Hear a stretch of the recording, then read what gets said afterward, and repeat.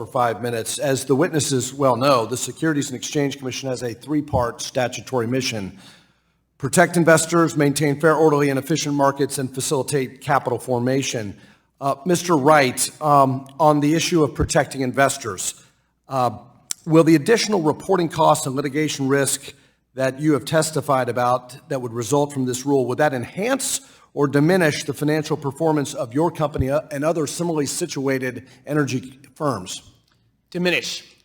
And would that then protect or harm your shareholders? Harm. Strike one.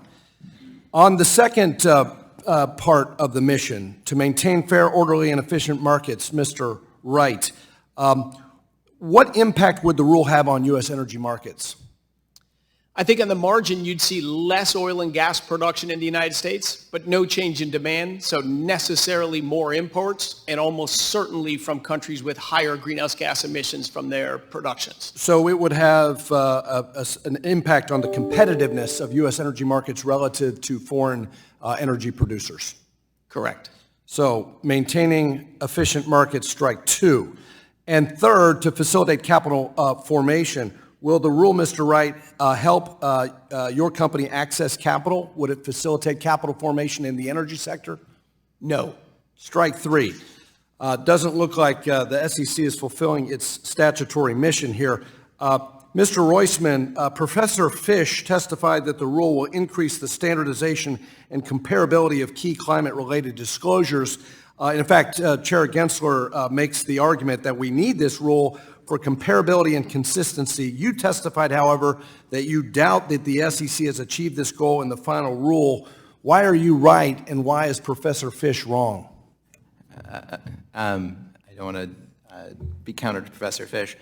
My perspective is that if you're going to have standard line item disclosure, everyone's going to do it. The problem lies, a lot of these things are based on different assumptions. Each company is going to have to make tailor-made assumptions to itself and to its business. And because of that, it's really not going to be apples to apples. Well, let's settle this debate a little bit more, with all respect to Professor Fish. Public companies, Mr. Roisman, will be required to disclose in the final rule information related to the financial statement effects of, quote, severe weather events and other natural conditions. Mr. Roisman, in terms of severe weather events and other natural conditions, that appears in the final rule 205 times and 158 times respectively.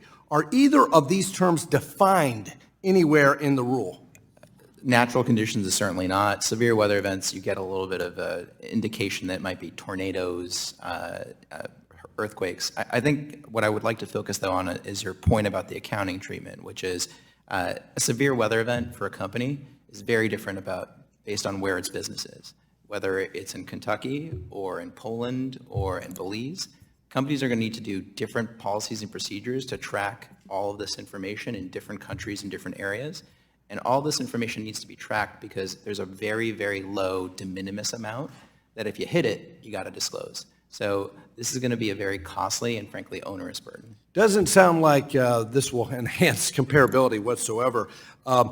Professor Fish also said that the rule only applies to large companies or large accelerated filers. Mr. Roisman, do you want to address this claim and the rule's application to smaller public companies?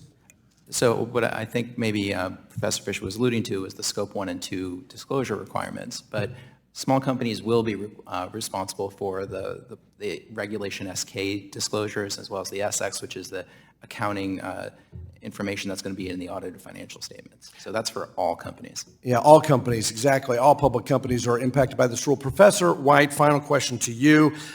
This issue of materiality, I think, is something that we talk about a lot, and Professor Fish says that the SEC's rule, no problems here, because it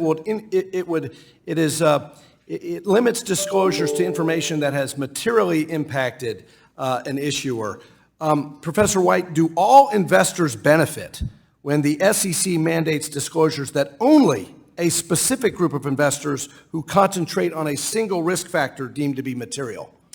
No, and there's a lot of special interest groups that are interested in information that are not necessarily representative of all investors, and so that what might be material to one investor might not be material to the reasonable or the average investor. Thank you. I think that's the key. Materiality needs to be about materiality of all investors or the reasonable investor, not just climate alarmists. And with that, I yield back.